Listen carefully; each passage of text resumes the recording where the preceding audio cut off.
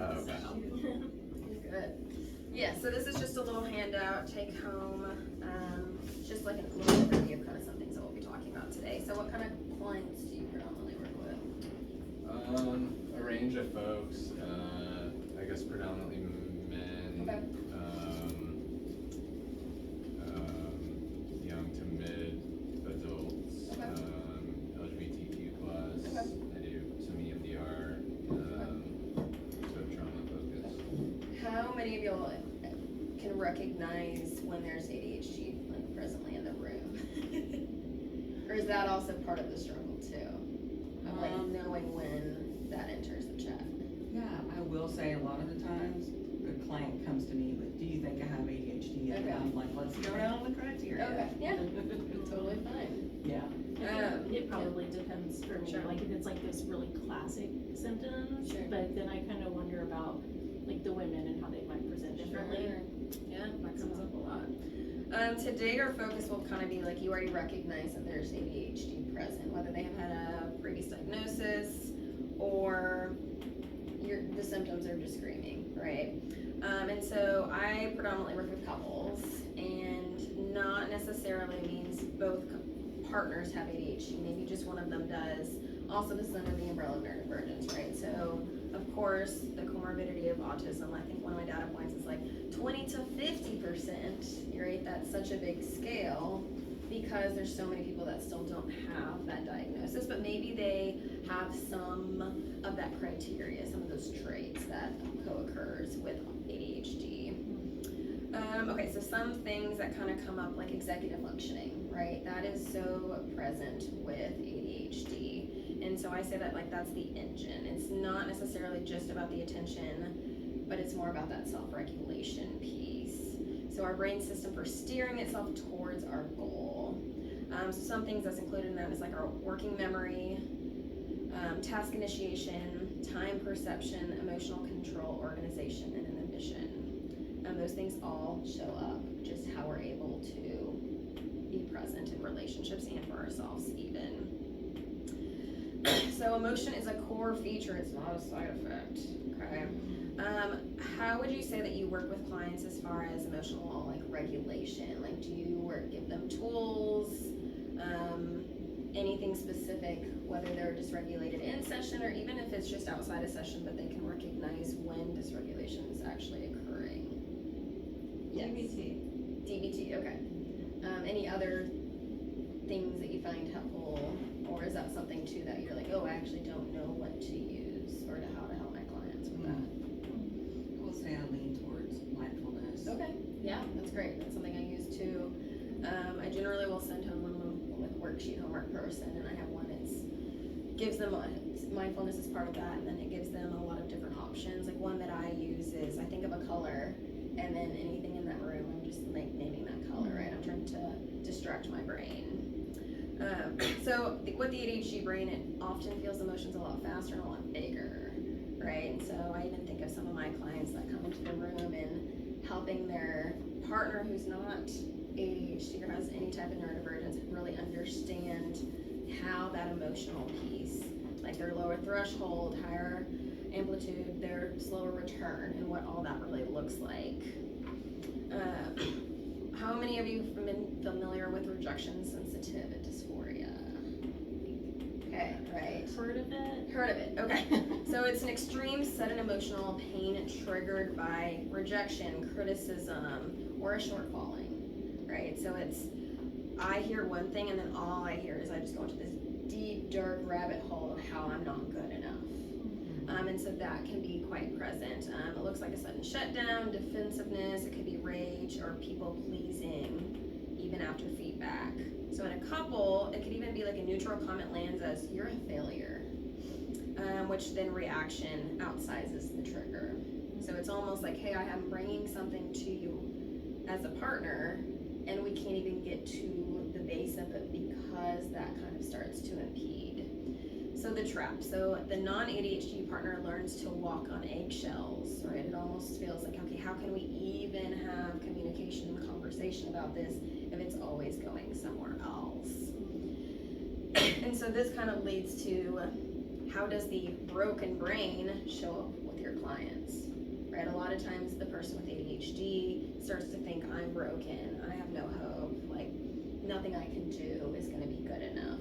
And so I guess for y'all, like even if it's not necessarily the couple or the client, but how would you say that rejection sensitive dysphoria shows up with clients, and how do you generally work with that?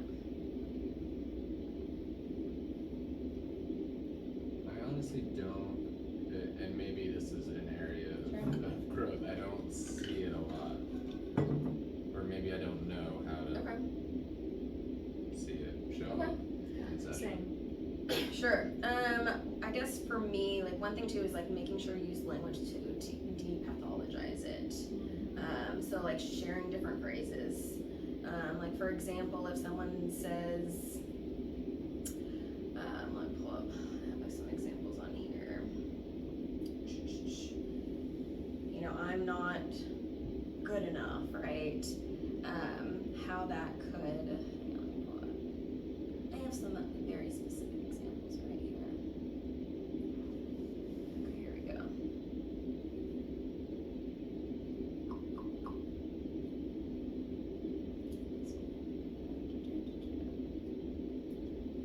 Okay.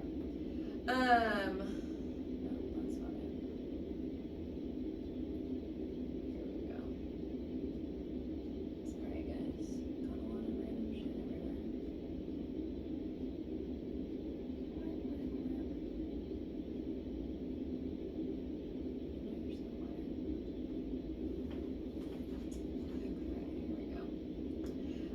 Yeah, so if they bring in like I'm struggling, or not struggling, but I'm not good enough, right? Well, it's one, recognizing and bringing the awareness, kind of like that mindfulness piece you talk about, is recognizing that that exists. So if it's, think of it like a rabbit hole. It's like, okay, one partner brings into the room, hey, I'm upset because X, Y, Z, and then we're going straight to of how am I not enough? How am I? It's almost like that over personalization of something being brought into the room or even into the conflict. So it's like being able to separate the pieces and recognizing that that's a real feeling somebody's experiencing, while also helping with slowing down. And that's going to be the biggest thing that I would say has been so helpful for me with my couples, is how do we slow down the conversation, right? One, recognizing when that is occurring, and then two, space. Like what does space really look like, and what is healthy space? How can we have space if it's uncomfortable for one partner versus the other? And so for instance, one way that I do that is figuring out what that communication cycle looks like. And so what is the trigger? What is the meaning? What is the protective move? And what is the enforced belief? Okay. And so with slowing down, I usually would say it's that like mirroring. Can we pause? Can we actually make sure we're being understood and not just, hey, I'm listening, I hear you? Because I hear you versus I hear you saying blah, blah, blah, blah, blah is going to be very different, right? So it's natural for us to wanna, I'm going at it, right? You're saying what you're saying, but I'm so caught up in what I'm thinking that I can't even pause to actually take the time to hear what you're trying to say. So once they kind of get that down, then it's a matter of, again, slowing down even more to make sure they're on the same page, right? Then they can get into the nitty-gritty of things. And then going back to the space piece, a lot of times having really explicit language in, hey, I need space, can we come back to this in 2 hours? And usually for my ADHD friends, I'm like, hey, set a timer for 2 hours. Totally okay. And then if you need more time, that's okay too, but let's make sure we're communicating that as well. Because if somebody's really uncomfortable with space and they just leave the room, or even, hey, I need space, what's gonna happen there? Or even if you are, maybe you're the person that doesn't need space, then it's even, for the person with ADHD and neurodivergence, of that being communicated to them to help them regulate, right? That goes back to making sure we're both self-regulating and not relying on each other to regulate. Let's see, what are some other things?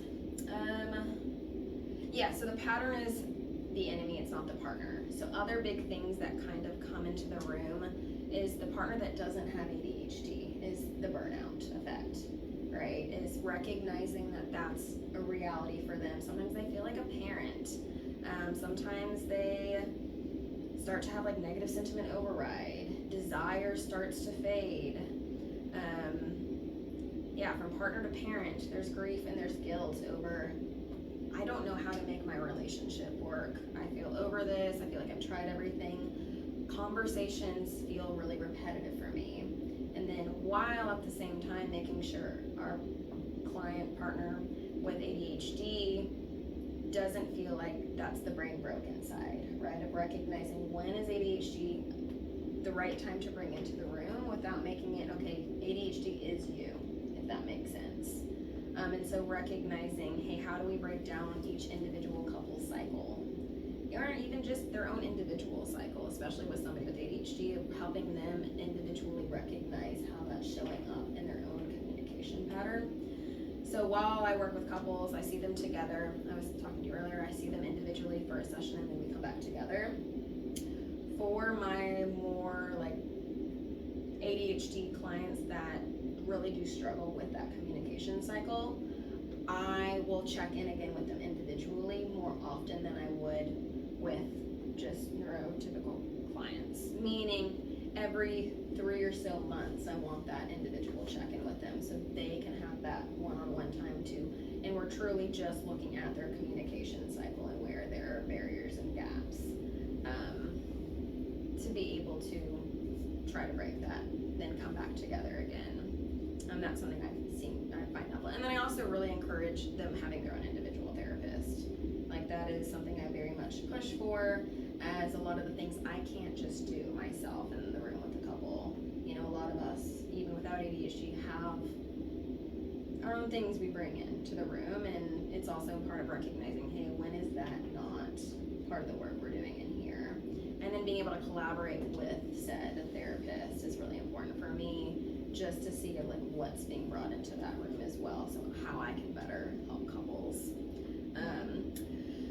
Another thing I do that I have learned over time is assessing needs.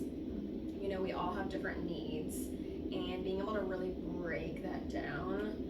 I use cards with them, and I have one of each person do it at a time, and we really sit with what is cultivating desire, what does partnership look like, what does romance look like. There's a list of, I think it's about 50 needs, and then being really thoughtful about what do we need from our partner to show up more for that.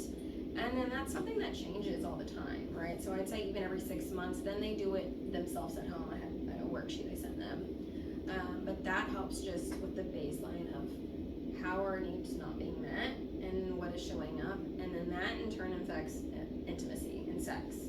And so how many of you feel comfortable talking about sex with clients? Yeah. How do you bring sex into the room? Sometimes just outright asking them, Okay. like, Yeah. how do you define intimacy? Are Love it. you intimate? Do you feel close, safe? Perfect. All that. Love that. Yeah, that's a big one I do too, is like, how do you define intimacy, right? Because that varies from person to person. You hear anything of like emotional intimacy, from sex to physical touch. And so it's really interesting to kind of hear what intimacy is for each partner. And that's generally one of the ways that I'll bring it into the room, unless they're coming for me specifically for intimacy, then it's usually right off the bat. And then even with that, recognizing that when our needs aren't being met, that's where that desire discrepancy shows up so much. And so recognizing even with an ADHD partner of how that can even more so affect it. I had one client, and she gave me the best example that I've ever read, and I was like, I'm ready to put this in a book. She said, we were talking about through something, and she said, for me to go grab my contacts up in the closet in this room, it's 12 steps. But for her partner, it was like 2 steps. And so breaking down just that, and then we talked about sex, like how that shows up in intimacy. And she walked me through all the different steps in her head just to be able to have sex with her partner, and how that felt so overwhelming. And almost like, I don't even want to go there. I don't want to do that because that's a lot, right? Versus for him, it's 2, maybe 3 steps. And so having that empathy of, hey, oh, I didn't even realize that would even come into intimacy. Like, I think he had a lot of understanding of how it came up through executive functioning and other things, but being able to break that down, and then for us to look at those steps of, hey, what's the context here? What are the things that you need? How can he support you in lowering those steps? And that seems to be pretty helpful too, is really just breaking down a lot of pieces that come into it rather than, I will just do it and I ignore the steps, or I'll just push them to the side, it'll be fine. And then also too, just getting her in a place where she can regulate too, that's part of it. She wasn't on medication for a long time, and she was a late diagnosed adult, and so she's finally being able to also regulate because of medication, and a lot of that executive functioning feels more manageable for her. One other thing too for couples, like as far as space and conflict, that kind of comes to mind, is I have a lot of them do a weekly check-in. Meaning, let's talk, because a lot of my couples where one is maybe more logical brain, one's more emotionally brained, and that seems to be conflict right in itself of, hey, I'm trying to reach you with emotion, you're trying to reach me with logic, and we're just at a mismatch, right? And so by having the weekly check-in, we bring more of the logic to it with allowing space for emotion. And that generally helps the logic person enter the chat. And so I usually say have a shared note, have a shared Google Doc. Let's go ahead and have little objectives, right? That way we're not so anxious and nervous about, oh gosh, what are we talking about today? And I usually say add logistics in this. You know, add, like, if you have kids, whatever else, add some of that into it. Add something fun.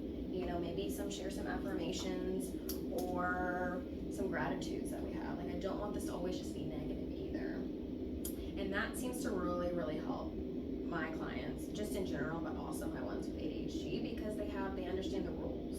They know, hey, this is what we're talking about. They're more prepared for the conversation rather than that anticipated anxiety of, oh gosh, what are we even talking about right now? Yeah. How do you structure the shared, or the check-ins? Check-ins. Do you So time limit? Do you have one talk first, no interrupting?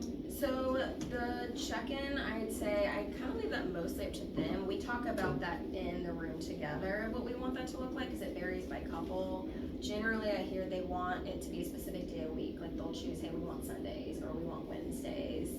Every now and then, that just depending on what people do for work, that doesn't obviously go as smoothly, but and then it's that shared note, shared thing, and then they kind of say, hey, when do we need to have this in by? You know, a lot of times, no, just the day before is fine. You know, like, put in our thoughts. It basically makes some of that heavier conflict stuff not seem so heavy when you're putting it on a piece of paper and then saying, oh, we're just talking about the true logistics around this. And then we've talked about how do we actually bring that emotional piece into it. And it doesn't, at least from what my clients have said, it doesn't feel so heavy. So whenever they're able to bring emotion to it, they've had time to sit and process. Maybe, like, some of my clients are really good writers, so they'll actually write a little paragraph of, hey, this is how this made me feel. The logical person's able to soak that in to be able to come back to it as well. So they're able to kind of meet in the middle with that. And then two, I'd say another thing to your question, it varies, but a lot of times it's, they'll set like a, hey, we're just doing this for an hour, and then being able to recognize, hey, when is this turned into maybe a heavier conflict, that it's okay for us to recognize when that space piece comes up and to come back to it. Because that's the thing, is here's our baseline. When can we, since we're starting to get dysregulated, right? You know, if our heartbeat's over 100 beats per minute, we can't think anyway, so there's no point in doing that. So being able to check ourselves of, hey, where are we at? Where's our baseline? And that's part of that slowing down process again. Let's see, any other things?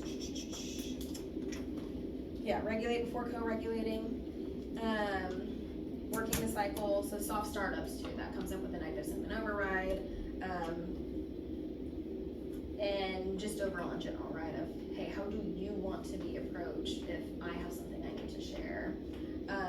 Giving grace, I say that all the time in session, is, hey, we're doing the work, and it's okay to give yourself grace and give your partner grace while we figure out how we get to where we're going. Because I think it's a lot of time too when we have, you know, some built up resentment, frustration, whatever it is you name it, it's really hard to, one, slow our minds down. And so if we practice through that mindfulness of, hey, we're giving each other grace to get there, that seems to really resonate with a lot of my people. Any, I guess, thoughts, questions? So, mostly for the last few minutes, I've been thinking about this client I have. Yep. And she has more like trauma OCD, but a lot of her complaints with her partner seem to me to be centered around issues he has because of his ADHD, which is not really treated. I don't even know if it's diagnosed, but, so I recommended couples therapy, but before I could give them referrals, they went and found their own person. And neither one of them feels like this person is a good fit, or that, like my client expressed she would like more prompting and maybe more homework. And I was like, hey, if you gave it 3 sessions, it's time to let's look at someone else, and I can get you some referrals. But they've stayed with this person. In fact, they've scheduled again for like the 6th time. I think because of her partner's difficulty in making a transition and doing the steps it would take to find a new person, meet with that person. So he was overwhelmed by thinking about looking for a new person. Sure. And so she feels bad because she's the one that has the like list of complaints. He doesn't seem to have any complaints, but I just saw her this morning, and my thoughts around this are like, he doesn't know what his complaints are because he can't organize his thoughts enough to know that, to make that list. And then she feels bad to bringing any complaints or any issues she wants to talk about, because of part of her trauma is that she's not allowed to speak up for what doesn't feel good to her.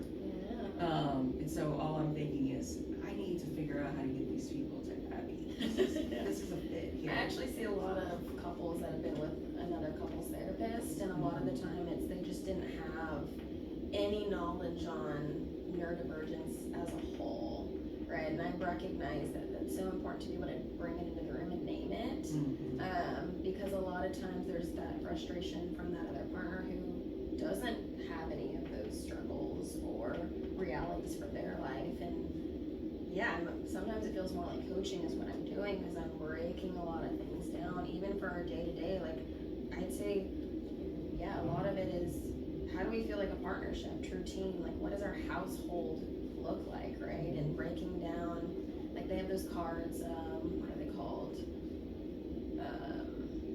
It's essentially a deck of cards to break down, hey, who takes out the trash, who does this? And so I do that, so not with the cards necessarily, but do that in the room of, where is causing us burnout? Does it feel fair? Does it feel good? Like, where are we each contributing? And then even just as far as, hey, how do we remember, like, maybe this client really wants romance. Like, put a calendar reminder in your phone to bring flowers. Like, that's okay. I think sometimes they just need to hear it's okay to need a little extra steps and little reminders. And then same with that, if they're a partner, hey, it's okay to remind our partner. How does that not cause burnout? What are ways that we can still assist that feel good for us, that also work for this person? And so it's a lot of collaboration and trial and error. I think I use that word all the time too, is let's find what works for you and recognize that in 3 to 6 months, it may not work anymore and we'll find something new. Because I think too, that's what I hear all the time. Well, I did this for 3 months and it worked great, and then all of a sudden it didn't. Well, one, were we holding ourselves accountable? What made us stop? We talk through that. And sometimes it's just a matter of they needed something new. They needed a new routine, and that's okay. And so whenever you're just doing the, how do you feel about this? You know, there can be a barrier to that in a lot of ways. Well, that's still very important. It's not everything. And so recognizing that, hey, we've got to step outside the comfort zone. We've got to recognize truly what is our cycle and what are we bringing into the room to be able to really have a thriving couple with ADHD. And also untreated is gonna make it immensely harder to do any of the plan.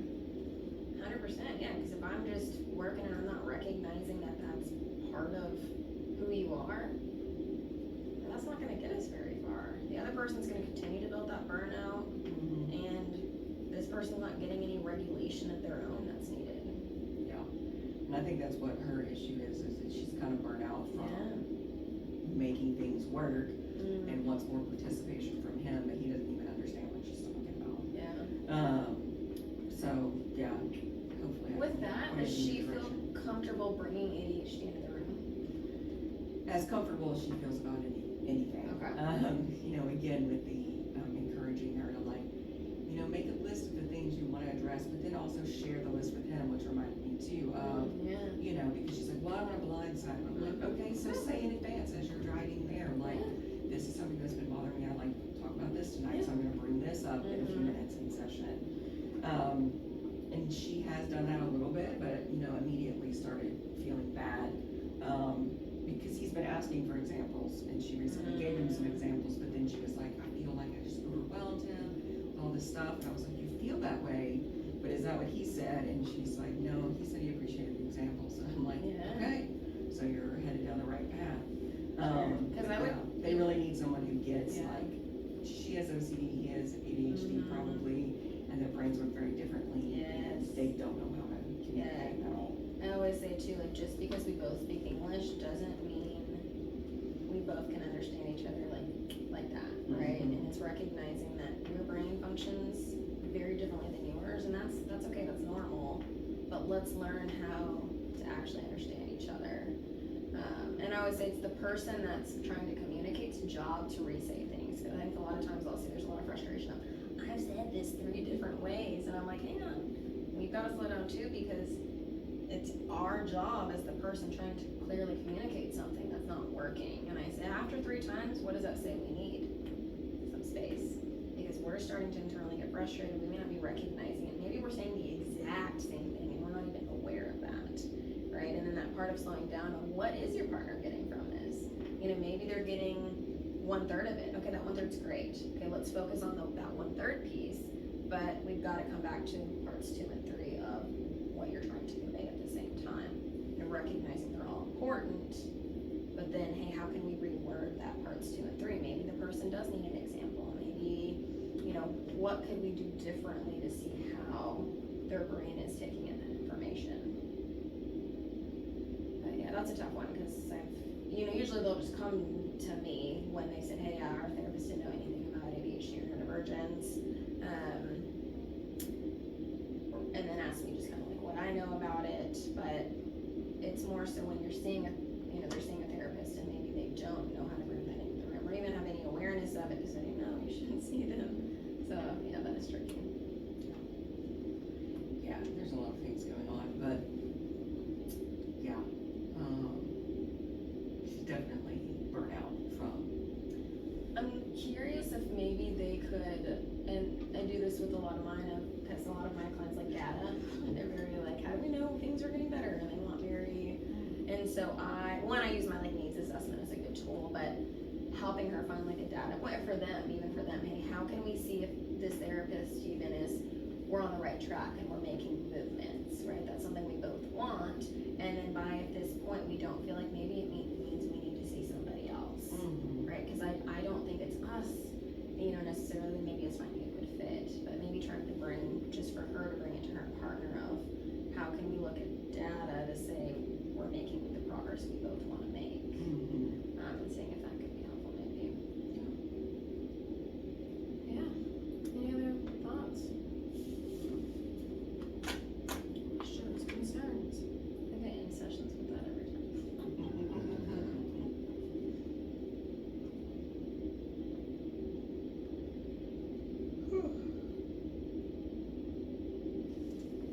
I think the burnout, you're talking about when you say burnout, you're talking about the person that is not neurodivergent. I mean, they both experience burnout. It just looks very differently. The burnout, at least that I've seen from my neurodivergent friends, is it's typically that rejection sensitivity where there's no hope. I don't know what else to do. I'm trying so hard. They are really trying, and it's helping the person, the partner that has the burnout, recognize those pieces of, hey, they are actually making changes. There is progress. It's just there's so many other layers to it with the partner that's experiencing the burnout of that parent mode of how long am I gonna have to do this, and a lot of it is just that radical acceptance of there's a piece of this that is going to be lifelong lasting, and just being able to say that's okay. You know, we love this person, like what are all the positive things that this person gives to us, and that ADHD doesn't need to be so negative. Like there are so many really positive things to ADHD, and trying to bring those into the room too. Just even from like my end to them, I think is helpful. Of like it's not all negative, right? And so just recognizing that the burnout looks just differently with both of them. So that kind of, yeah.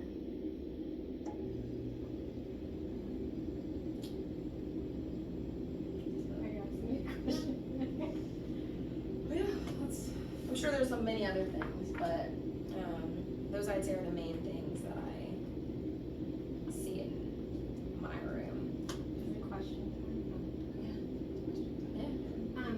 What do you do when we're talking about rejection sensitivity, which I see a ton of, when one partner shares something, a criticism or a feedback, and the other person gets into rejection sensitivity and then kind of collapses under that and then pulls the entire conversation to how now they're upset about the feedback they've heard rather than hearing the other person. Just curious how you handle that. So that goes to the slowing down piece, and so it's helpful when I'm there. Obviously, it's harder, and so I help with the tools in the room of hang on, we're not pausing to hear what she's saying. You know, while recognizing that's still a real feeling this person's experiencing, I say we'll come back to that, right? I said, but if we can't pause to just even make sure we're understanding, we're going down that spiral without even recognizing maybe that what our partner's actually trying to say is not what we're thinking it is, right? And over time that gets better. Initially it takes time to be able to remember to do that, and I usually give them different prompts of, hey, what do you hear me saying right now? Like maybe it's the partner that's recognizing, oh, my partner's spiraling right now, they're going somewhere else. Hang on, let's pause. What do you hear me saying right now? And then that usually kind of like, oh right, that's what I'm supposed to do first before going over here. And then one thing that was interesting, like that I had with one of my clients, they emotions, like we said, are so high, so strong, and they really want to empathize with their partner. And so by doing so, they'll bring in how, but they understand how they, like, it's similar. And so I kind of gave it an example of, like, me as a therapist, I said, or even their personal therapist, I'm going to use their name. I said, how would you feel if your therapist, every time you said something that I brought my own stuff into the room? Like, oh, I totally understand that. Like, I also experienced blah, blah, blah, blah. And they're like, yeah, I don't know that I'd like that. I said, well, I love that you're trying to empathize. Do we see how then it feels like for them that you're just trying to make it about you again? And it's like negating that empathy. And so how can we think of other ways to empathize? So interestingly, in this specific example, it comes up a lot with my autism clients, and they do get knocked a lot for doing that exact thing because it sounds like they're trying to pull attention, but neurodivergently, what they're actually trying to do is say, oh, I'm a good person to talk to you about this because I've experienced a similar thing. And so that's why originally I was saying, gotta know all the diagnoses because that's gonna look different than say a narcissist who's Oh, for sure, yeah. And so that's the thing is like, what's our intention? The intention is to empathize and just to say like, I hear you, understand you. But that's why I gave like in that example of, hang on, let's see how that could look on the reverse end, and why our partner's getting so frustrated with us when we're doing that, and then talking through what are other ways that we can show empathy and getting that point across. And I think that was really helpful for him to like hear it in that different way, because I think it just went through and be like, well, how do I get it? I'm just empathizing with you rather than the partner's feeling so frustrated of you're just talking about you. And so that's also a big helpful part of sometimes those individual check-ins, is because that type of thing will come out into the room and I'm like, okay, this makes so much sense, right? And then again, working closely just with their personal therapist. But sometimes I love it. Yeah. I'm trying to think. I don't know that I've had a lot of in-depth conversations with couples therapists because I don't do couples therapy. I think it's been really useful to even just ponder how to make a better referral for what the client is kind of asking for, or helping them hone in on what they feel like would be helpful with Yeah. their partner. Because, yeah, I think it's just, like different people need different things, different couples Absolutely. need different things. And especially this one, because they've kind of verbalized, or at least the one I see has verbalized, like, what's not happening in the room that they would like to have happen. Sure. I appreciate, knowing more about your process and how you approach things, because I think that's absolutely what they need, is they need someone to say, do you have this, this, this, and this? Well, let's start with the first one, because they just don't have that, they don't have any language with each other for talking about what any of this feels like to them. Yeah, and I'm definitely not for everybody, like I recognize that too, like I'm very direct in my approach, and yes, for a lot of ADHD neurodivergence, all of that, it seems to work because they need the clear cut, right, versus other, and I don't only work with that, right, but I have other couples where I have to recognize, especially when they come with a lot of trauma, of when do I need to allow space for that too. And so part of it is just me making sure I recognize those moments, and the other part is if they need someone really soft-spoken and slow themselves, I ain't it, right? I'm very real and authentic in my room, and I don't need to be anybody else, and that's okay. And then even for like my handful of individual clients, when I'm making referrals for them to see couples, or my couples and they need an individual, I try to ask a lot of really good questions about, how I am, and then what do they like about this, and even letting them connect with their partner. Hey, this is for, what does your partner need, if it's the other one. And so trying to get a good sense of who could be a good fit, and like, so when I take notes of other therapists, I write some of that stuff as I'm getting to know somebody. I'm like, oh, hang on, this person feels more direct, or they feel more, warm, or, whatever else. So that way I can remember to, oh, hey, these 2 to 3 people could be a good fit based on what I've learned about somebody. Yeah, and it's hard to get that in-depth knowledge in just a, One time, yeah, for Which sure. is why I feel like, this has been so helpful for really understanding, like, how you work. Cause a lot of my, clients have trauma. I will say I tend to have the client who has the trauma and the ADHD and their functioning and burnout. Yeah. But sometimes their partner also has ADHD, and that's why they're under functioning. So, Usually a lot of layers, like couples where they come and there's some addiction, there's intimacy issues, you name it, they have it. But if we don't focus first on the base, we're never gonna be able to get to some of that other stuff, and just kind of recognizing when are the pieces appropriate to kind of fit into that little, their own unique puzzle. yeah, I think it's another valuable thing about having like a niche in private practice is that when you've worked with something so much, even if someone is not telling you, you can still ask, do you have this? What about this? Does this ever happen? Some of my clients experience this, and then they can just say yes and no. Because there are clients that if I was just waiting for them to tell me what the issue is, they'd be sitting there 5 years later. Whereas if I say, like, a lot of my clients experience this, or this, they can go, yes, I have that also. For sure. And then we can start working versus like waiting for them to figure out how to verbalize what's going on. I don't do well with silence. I try, it's one of my things that I practice often. Like I have to count to 10. Just because I definitely feel like more of my approach is like us sitting in a living room, just kind of how I'm talking to you. And then I'd say individual wise, for me, a lot of clients that I enjoy working with are actually like desire, discrepancy, intimacy. Of like how do we recognize what that for us to be able to connect. And that's a lot more. Obviously sex comes up all the time with couples, but especially on an individual setting too, it's fun. But yeah, we got weird jobs, everybody. Yeah, what was that thing going on? You probably don't know about it on social media recently. It was the thing like describe your job in a way that sounds unhinged or something. And therapists were being like, well, I ask people to tell me about their most painful experience and make them cry. And then sometimes I give them the name of my friend who will give them drugs. That's so funny.